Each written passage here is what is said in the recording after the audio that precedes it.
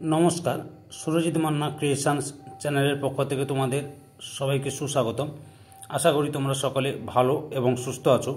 আমি তোমাদের জন্য এই ভিডিওটিতে তুলে ধরছি 2026 সালের মাধ্যমিক পরীক্ষার্থীদের জন্য তথা 2025 সালের দশম শ্রেণীর ছাত্রছাত্রীদের ফার্স্ট ইউনিট টেস্টের জন্য রায় ও মার্টিন প্রশ্নবিচিত্রা ভলিউম 1 থেকে বাংলার একসেট প্রশ্নপত্রের সম্পূর্ণ সমাধান করছি। এর আগে আমি তোমাদের সামনে এই ফার্স্ট ইউনিট টেস্টের রায় অ্যান্ড মার্টিন প্রশ্নবিচিত্রা থেকে ভূগোল এবং ইতিহাসের যতগুলো সেট ছিল সেই সেটগুলো আলোচনা করে দিয়েছি। তোমরা ওই ভিডিওগুলো দেখতে চাইলে আমার চ্যানেলের প্লে লিস্টে গিয়ে দেখে নাও, না হলে এই ভিডিও ডিসক্রিপশনে তার লিঙ্ক দেওয়া আছে, ওখানে ক্লিক করে দেখে নিতে পারো। আলোচনা শুরু করছি। 6 নম্বর set Bolpur girls high school. একের দাগে ঠিক উত্তরটি বেছে নিয়ে লেখো। 1.1 ছুটি ফুরিয়ে এসেছে। ছুটিটি ছিল অপশান ক্ষয়ে গরমের। 1.2 আমাদের মাথায় অপশান কয়ে বোমারু। 1.3 ছিঁড়ে পত্র না ছাড়ে মসি। এখানে মসি শব্দের অর্থ অপশান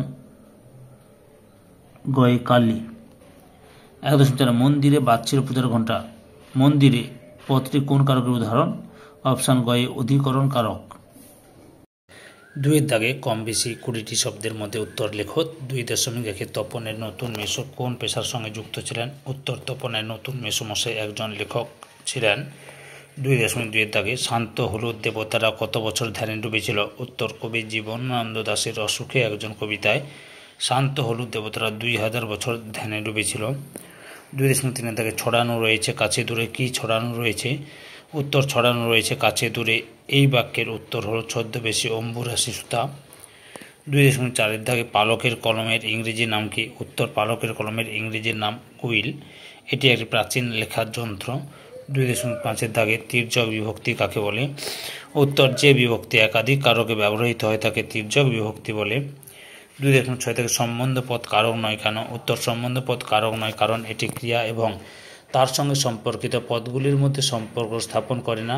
সম্বন্ধ পদ বাক্যের মধ্যে সম্পর্ক নির্দেশ করার জন্য ব্যবহৃত হলেও এটি কারকের বিশেষ দায়িত্ব পালন করে না। 3-এর দাগে কম বেশি 60 শব্দে উত্তর দাও। 3.1 কথাটা শুনে তপনের চোখ মার্বেল হয়ে গেল। কোন কথা শুনে কেন তপনের চোখ মার্বেল হয়ে গেল? এই প্রশ্নের উত্তরটি তোমাদের প্রান্তিক সহায়িকা বই থেকে দেখাচ্ছি। এই যে তপন এতদিন ভেবে এসেছে, এখান থেকে শুরু করবি, বুঝতে পেরেছ?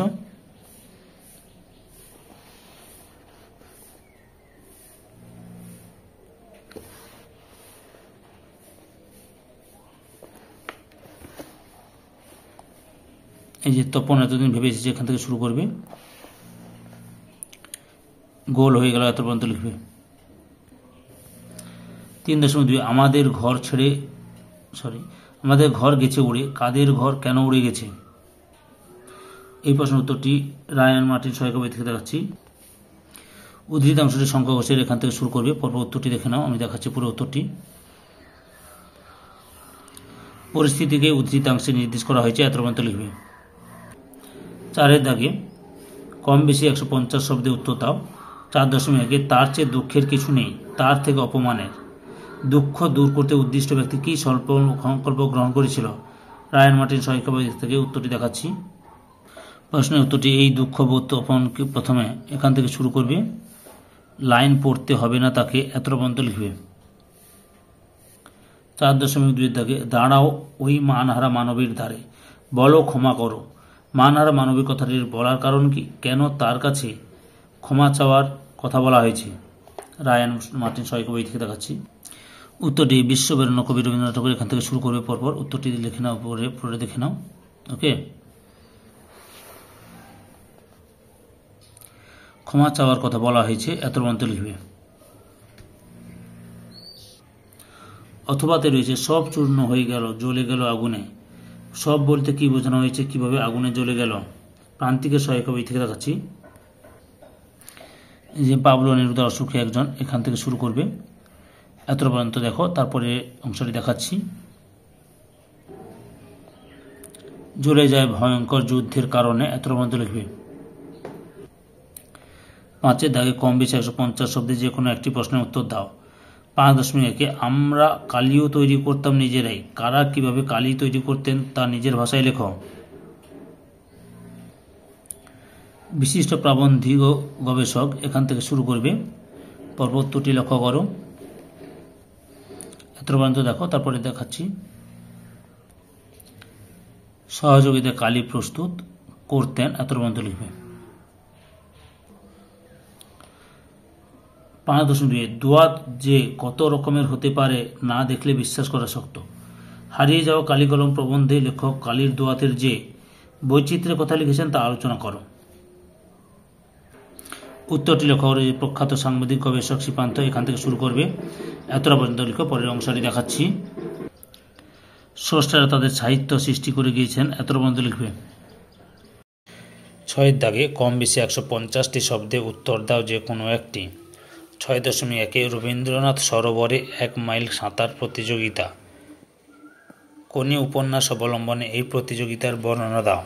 উত্তর, কোন উপন্যাসে শারীরিক ক্রীড়া ও অধ্যবসায়ের একটি অনন্য দৃষ্টান্ত হিসেবে রবীন্দ্র সরোবরে 1 মাইল সাঁতার প্রতিযোগিতার উল্লেখ রয়েছে। কোন এক সংগ্রামী কিশোরী তার কোচ কীতিশ মাস্টারের তত্ত্বাবধানে কঠোর পরিশ্রম করে একজন দক্ষ সাঁতারু হয়ে ওঠে। দারিদ্র ও প্রতিকূলতাকে অতিক্রম করে সে নিজের যোগ্যতা প্রমাণ করতে চায়। রবীন্দ্র সরোবরে অনুষ্ঠিত 1 মাইল সাঁতার প্রতিযোগিতায় সে অংশগ্রহণ করে। প্রতিযোগিতায় শক্তিশালী প্রতিদ্বন্দ্বীরা থাকলেও কোনি তার আত্মবিশ্বাস ও অধ্যবসায়ের মাধ্যমে এগিয়ে যায়। দীর্ঘ প্রশিক্ষণ ও মানসিক দৃঢ়তা তাকে এগিয়ে রাখে এবং শেষ পর্যন্ত সে বিজয়ী হয়।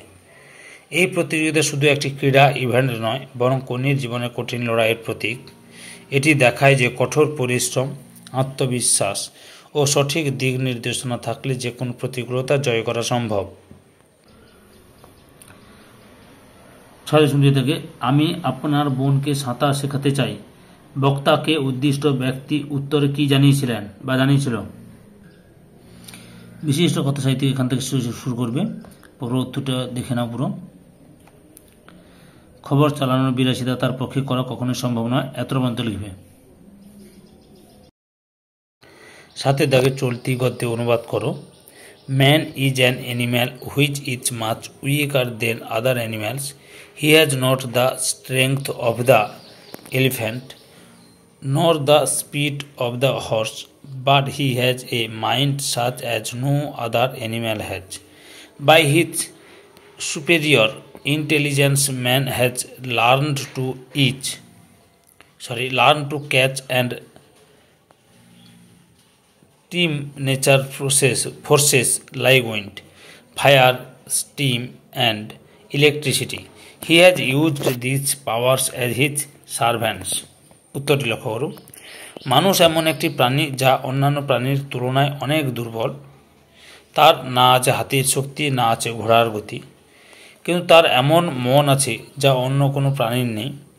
তার উচ্চতর বুদ্ধিমত্তা দ্বারা মানুষ বাতাস, আগুন, বাষ্প এবং বিদ্যুতের মতো প্রাকৃতিক শক্তিকে ধরতে এবং নিয়ন্ত্রণ করতে শিখেছে।